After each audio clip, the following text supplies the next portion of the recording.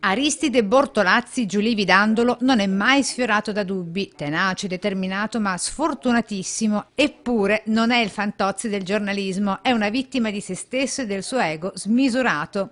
Parole con cui Luigi Bacialli, direttore della nostra emittente, presenta il protagonista del suo ultimo romanzo, Lo Scupomane, edito da Piazza Editore. Un aspirante giornalista che impazzisce, si ammala di scupite. Lui ha questo chiodo fisso del corpo giornalistico, vuole lavorare in un giornale, in una televisione, non glielo lasciano fare, allora si mette in proprio, per così dire, e ne combina di tutti i colori pur di arrivare al suo obiettivo. Incontro con l'autore ieri sera in libreria Treviso, dove tra film ed autografi con dediche e foto si è tenuta una vera e propria lezione sul giornalismo.